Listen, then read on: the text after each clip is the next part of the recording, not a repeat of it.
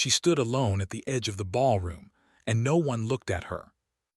The music swirled, the candlelight glittered against crystal and silk, and Evangeline Ashford, Duchess of Thornbury, was completely invisible.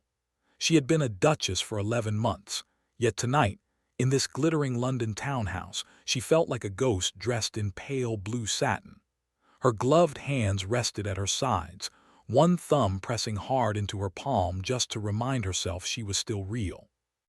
Her husband stood across the room. Alexander Blackwood, the Duke of Thornbury, was breathtaking in the way old portraits were breathtaking, severe, untouchable, carved from marble and silence. He was deep in conversation with Lady Beatrice Winston, a golden-haired widow whose laughter drifted across the floor like poison wrapped in honey. His dark head inclined toward her, and something inside Evangeline's chest pulled taut, and then snapped so quietly she was the only one who heard it. He had not spoken to his wife all evening. He had not offered his arm when they arrived. He had not glanced her way when she stepped into the light.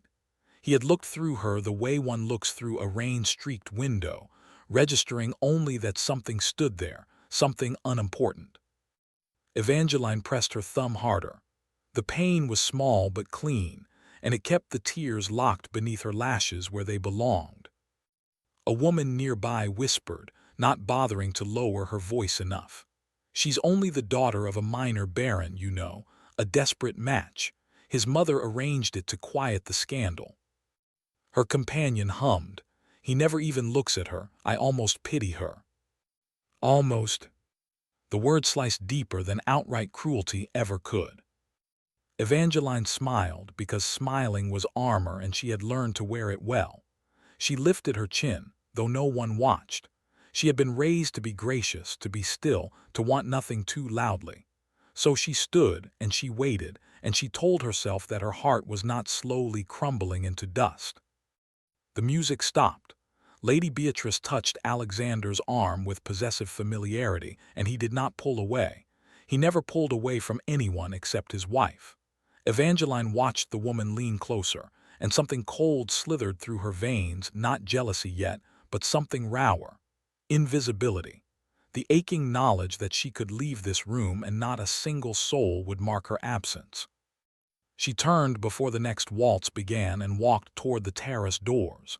The air inside was too thick with perfume and pretense. She needed to breathe. No one called her back. Outside, the night was cool and indifferent. Evangeline gripped the stone balustrade and stared down at the shadowed garden below. A carriage rolled past on the street, its lamps flickering gold. Somewhere, someone was going home to warmth, to welcome, to love. She had gone home every night for 11 months to silence. Her husband had married her because his family needed an alliance. The Thornbury name had been bruised by his younger brother's reckless gambling and whispers of near ruin.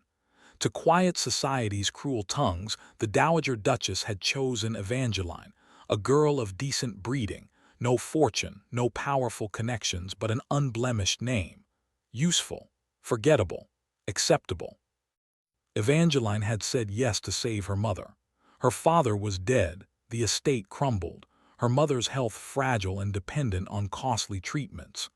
The marriage contract had settled every debt, secured every physician. She had walked to the altar with hope in her heart and a secret she had kept since she was 17 years old. She had loved Alexander Blackwood long before the world called him a duke.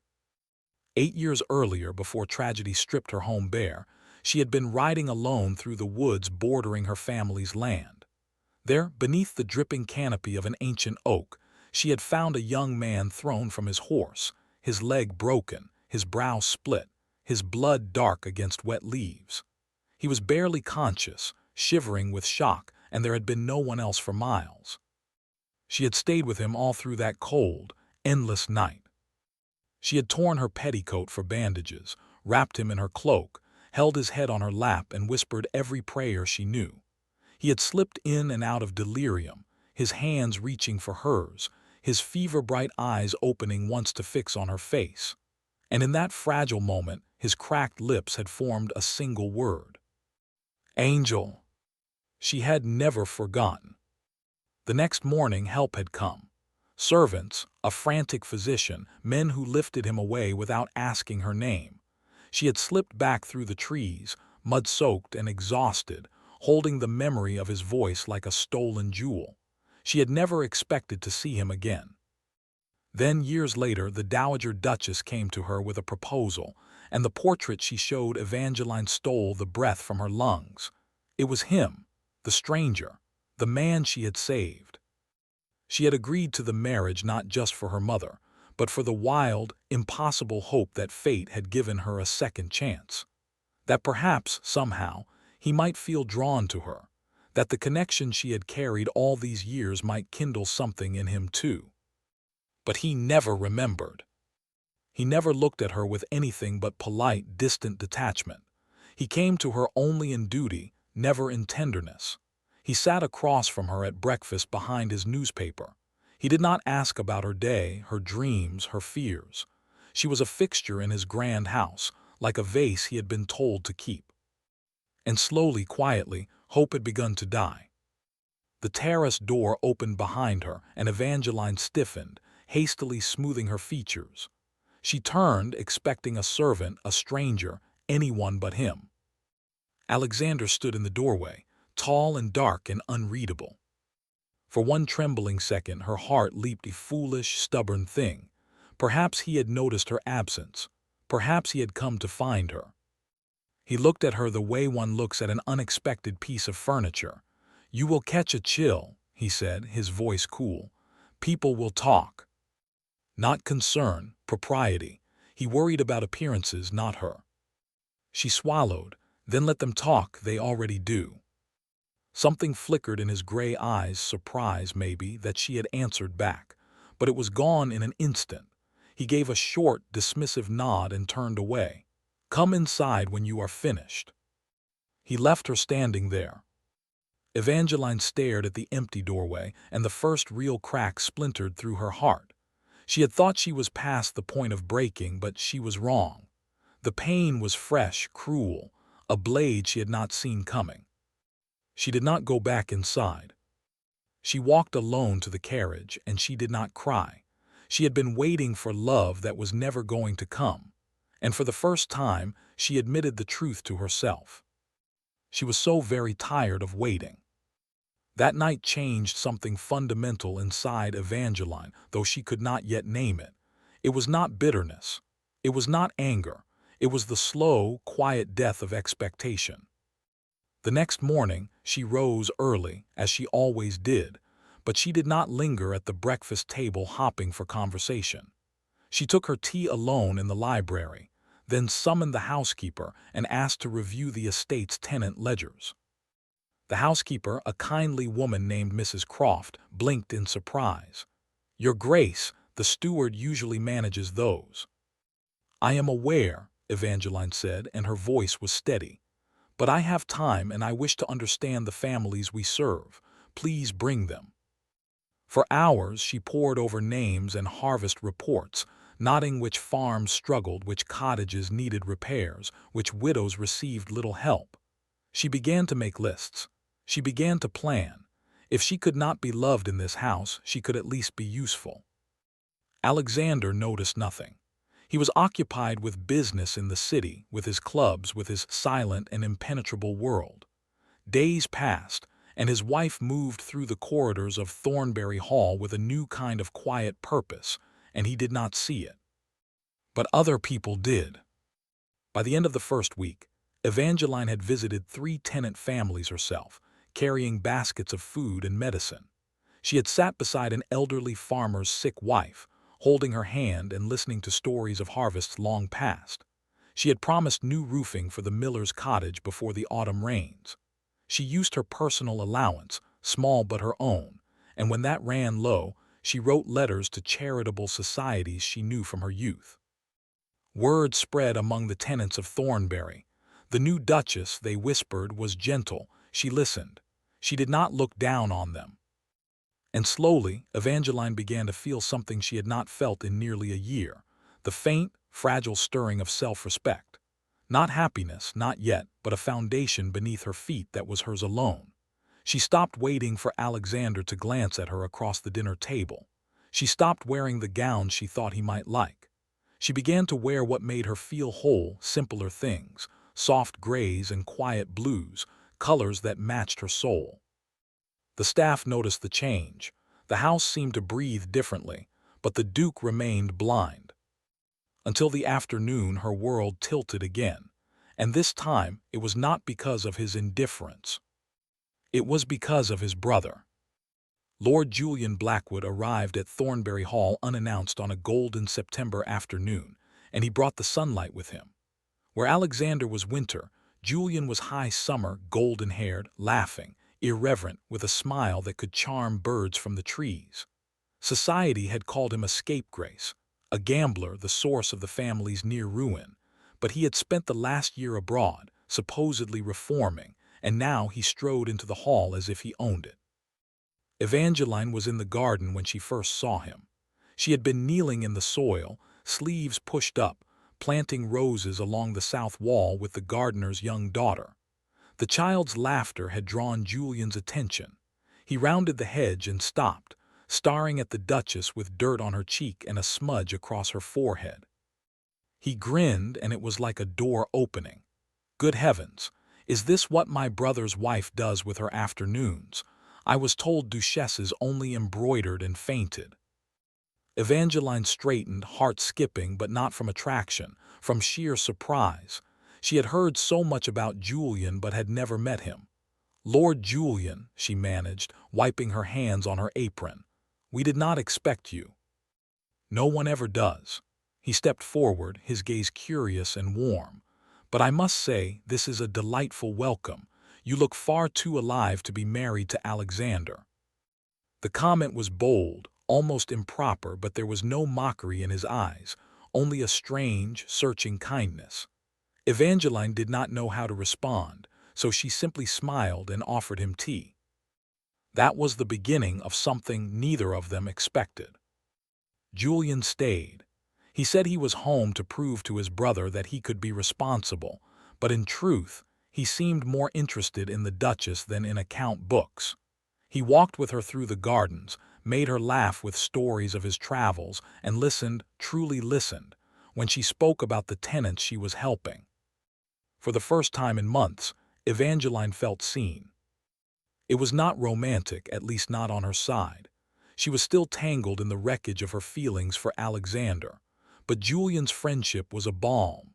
He did not want anything from her, not her title, not her status. He simply enjoyed her company, and in a house where she had been starved of warmth, that was enough to bring color back to her cheeks. Alexander noticed. It happened one evening as he returned early from the city. He walked into the drawing room and found his wife and his brother sitting together on the settee, heads bent over a sketch Julian had drawn, their laughter mingling like music. Evangeline's hair had slipped from its pins. Julian's coat was discarded over a chair. The scene was intimate, easy, and it struck Alexander in a place he could not name. He stopped in the doorway, and his jaw tightened. Julian looked up first, his smile fading only slightly. "Brother, you are home early." "I am," Alexander said, his voice flat. "I was not aware we were entertaining." Evangeline rose, her expression brightening instinctively, then faltering when she saw his face. There was something dark in his eyes, something she did not recognize. "Lord Julian arrived a few days ago. I thought you knew." "I knew he was coming. I did not know he was occupying all your time." The words landed like a slap. Evangeline flinched, her hands knotting in her skirts. Julian stood, his own expression hardening. "That was unnecessary, Alexander. Your wife has been nothing but gracious. Perhaps you should try it yourself." The tension in the room snapped like a wire. Alexander's gaze shifted to his brother, and something unspoken passed between them, old grievances, old wounds. Then the Duke turned on his heel and walked away without another word. Evangeline did not see him for the rest of the evening. That night she lay in bed staring at the canopy, her chest tight with confusion. She had not done anything wrong. She had only laughed, only talked, only felt human for a few stolen hours. Yet Alexander had looked at her as if she had betrayed him. How could she betray a man who did not even see her? She did not understand then that what she had glimpsed was the first flicker of jealousy. She did not know that a man who had ignored her for a year was suddenly, painfully aware of her existence, and of the fact that someone else valued what he had discarded. But she would learn. Because Alexander Blackwood, the Duke of Thornbury, had spent his entire life controlling everything around him. And now, for the first time, he was losing control of his wife's heart, and he did not even know it was already almost gone. The days that followed were a strange, taut dance. Evangeline pulled back. She no longer waited in the hallway to bid Alexander good night. She no longer arranged her schedule around his rare appearances. She ate breakfast early before he came down, and she took long walks in the afternoon, her notebooks filled with tenant needs and repair plans. The house felt emptier to her, but it also felt safer. She was building a life inside her cage. Julian, perceptive as he was, sensed the shift. He did not push, but he remained her companion, always appropriate, always kind. He accompanied her on visits to the village, made the children laugh, helped mend a fence in the lower pasture with his own hands. He told her stories of the continent and asked her about the books she loved. He never once made her feel small. And Alexander watched. He watched from the library window as his wife and his brother walked the garden paths. He watched at dinner when Julian made her smile and she ducked her head, that soft pink rising on her cheeks. He watched, and a slow, corrosive ache began to build beneath his ribs, an emotion he had not felt since boyhood, one he had sworn never to feel again. He did not name it, he refused to. But the night of the storm changed everything. It was a brutal, unseasonable gale that lashed the countryside in early October, tearing branches from trees and flooding the low roads. Word came from the village that the miller's cottage had partially collapsed, and the old man was trapped inside. Evangeline did not hesitate. She ordered a cart, gathered blankets and tools, and set out into the screaming wind before anyone could stop her. Julian went with her. So did 2 grooms and the steward. They reached the mill and found chaos, splintered wood, a fallen beam, the miller's daughter weeping in the mud. Evangeline climbed over wreckage, her skirts heavy with rain, and knelt beside the trapped man. She held his hand and spoke to him, calm and steady, while the men worked to lift the beam. Alexander arrived 20 minutes later, having ridden home through the storm to find his wife gone. When he saw her there, drenched, bleeding from a scratch on her temple, her voice soothing the terrified old man, something inside him cracked straight down the center. She looked up and met his eyes, and there was no plea in her gaze, no expectation. She simply looked at him, and then she turned back to the miller. The man was freed. The cart carried him to safety. And when Evangeline finally stood, shivering violently, it was not Julian who caught her arm. It was Alexander. She stiffened, surprised. He said nothing, but he wrapped his greatcoat around her shoulders and led her to his horse. His jaw was clenched, his eyes stormier than the sky.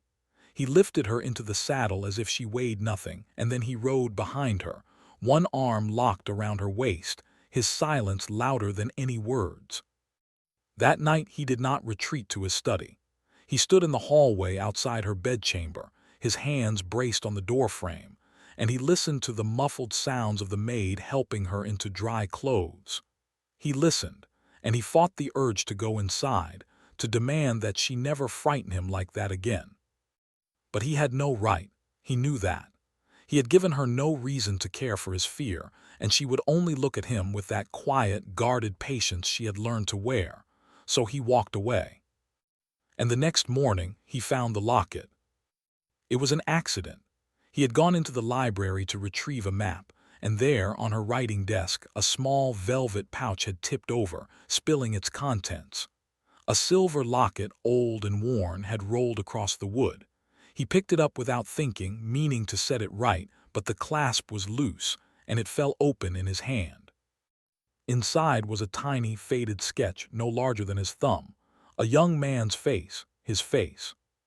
But not the face he saw in the mirror now. This was him at 22, the year before he inherited, the year he had nearly died in a riding accident in the woods of a minor estate whose name he could not even recall. The year a stranger had stayed with him through the night and vanished without thanks. His blood turned to ice.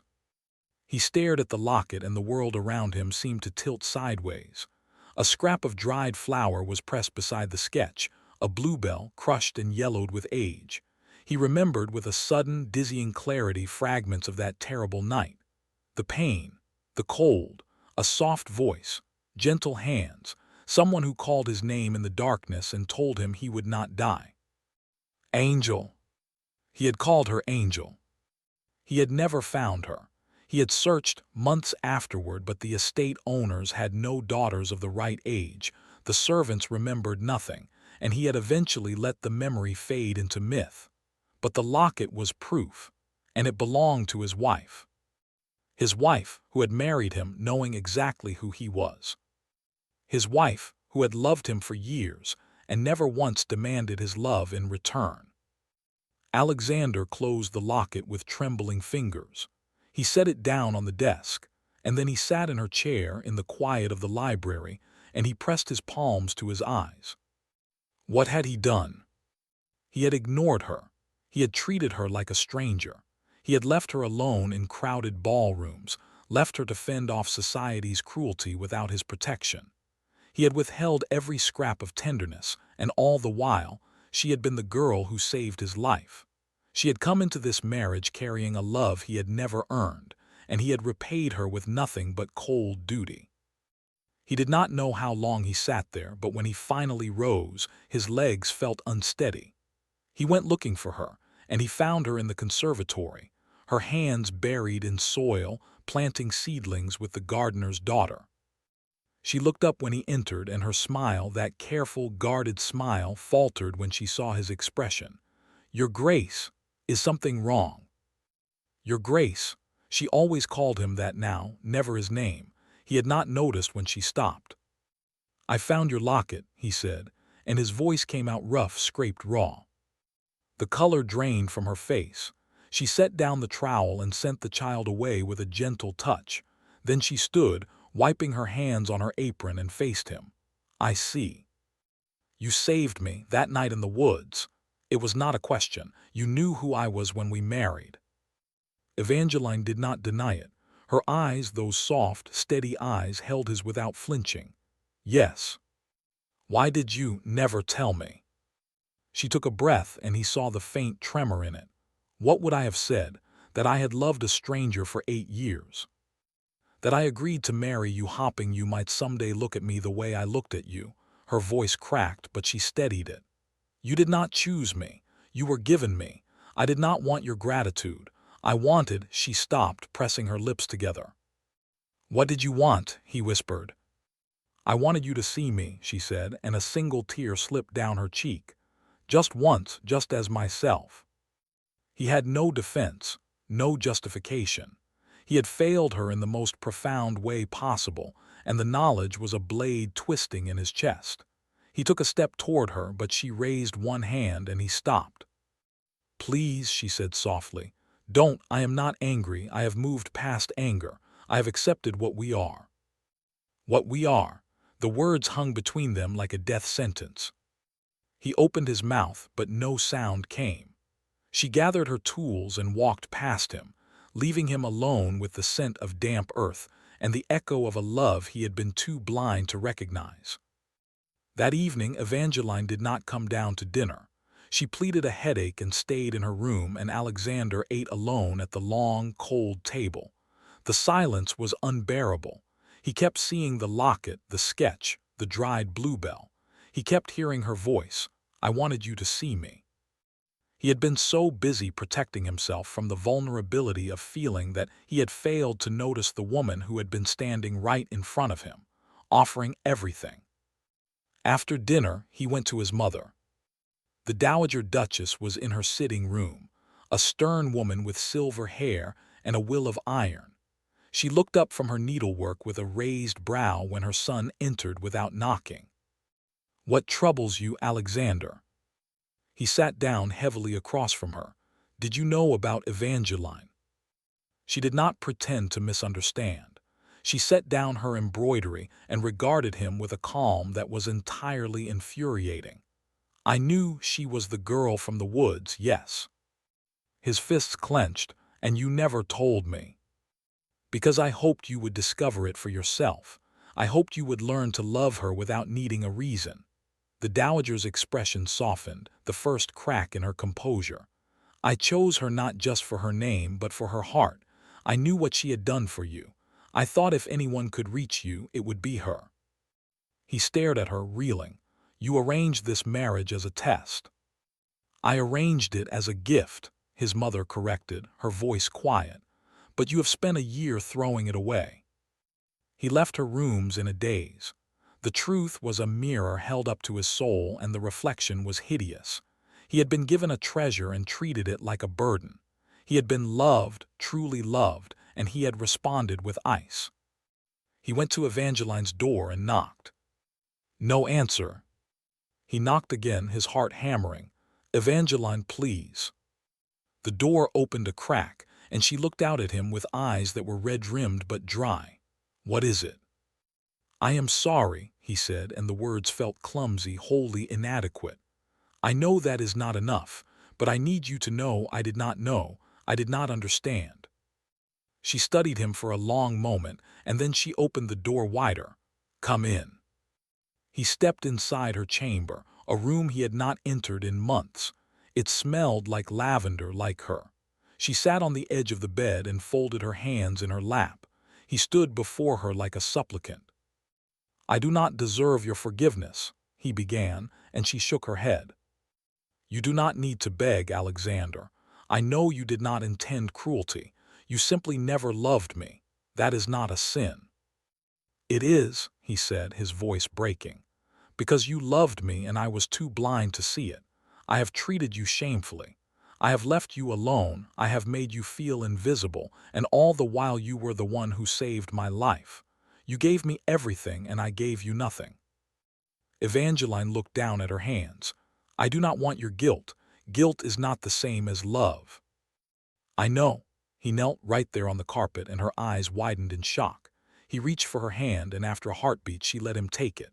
I know it is not the same, but please listen to me. I have been a fool, I was afraid. I have spent my whole life afraid of needing anyone, and when you came, so gentle and so good, I did not know how to let you in. I told myself you were only here for duty, that your smiles meant nothing, that your kindness was mere politeness. I was lying to myself. Her breath caught. He pressed on, desperate now. When I saw you with Julian, I could not breathe. I wanted to tear the room apart. I did not understand why, but I do now. It was jealousy. It was the terror of losing something I did not know I had. You have become the center of my world, and I did not even notice until you started pulling away. I noticed every absence, every silence, every time you called me your grace instead of my name. And tonight, when I found that locket, it all broke inside me. I realized I have been cruel to the one person who deserved my entire heart. Tears were streaming down her face now, silent and steady. He reached up and brushed one away with his thumb, and she did not pull back. I am not asking for your forgiveness tonight, he whispered. I am asking for a chance. Let me learn to love you the way you deserve. Let me try. She was silent for a long, aching moment. Then she lifted her other hand and placed it over his, where it rested against her cheek. I have loved you for so long, she said, her voice trembling. I do not know how to stop, but I will not survive another year of emptiness. If you mean what you say, if you truly wish to try, then I will stay. But I need more than words, Alexander. I need to be seen. Then I will see you, he promised. Every day, every hour, until you believe it. She leaned forward and he caught her in his arms, holding her as if she might dissolve. She cried against his shoulder, the sobs of a year's worth of loneliness finally released, and he held her through all of it, his own eyes burning. They stayed that way until the candles guttered low. The healing was not instantaneous. Love, real love, is not a spell that mends everything with a single confession. But it began that night, and it grew in the days and weeks that followed. Alexander kept his word. He joined her at breakfast and asked about her plans. He rode with her to the tenant farms, learned their names, helped her arrange for repairs and supplies. He walked with her in the garden and listened when she spoke of the things she loved. He told her about his own fears, his childhood, the weight of the dukedom, the loneliness he had carried for so long he had forgotten it was there. And slowly, Evangeline began to trust again. Julian, wise and warm as ever, saw the change and quietly stepped back, returning to London with a knowing smile. Before he left, he clasped his brother's arm and said, "It took you long enough." Alexander only nodded, unable to speak past the gratitude. One evening, as autumn bled into winter and the first snow dusted the lawns of Thornbury Hall, Alexander led Evangeline to the conservatory. It had become her favorite place, a jungle of green she had nurtured with her own hands. There, by candlelight, he took both her hands and looked at her with an intensity that made her heart still. "I have loved you too late," he said, his voice rough but sure. "But I will love you until my last breath. I see you now, Evangeline, I see all of you." She smiled, her eyes luminous. "I know." He kissed her then, soft and reverent, a kiss that was not duty but devotion. And when he pulled back, he pressed something into her palm, the silver locket, polished bright, with a new engraving on the back. "Forever seen, forever loved." She laughed, a sound of pure, startled joy, and he laughed too, the sound rusty but real. Outside, the snow fell silently, blanketing the world in white, and inside the conservatory, two hearts that had been lost finally, completely, found their way home. They did not need grand gestures anymore. They had found something quieter and infinitely more precious. They had found each other, not as the girl who saved a stranger, and not as the duke who married out of duty, but as two people who chose, every day, to love and be loved. And in the end, that was everything.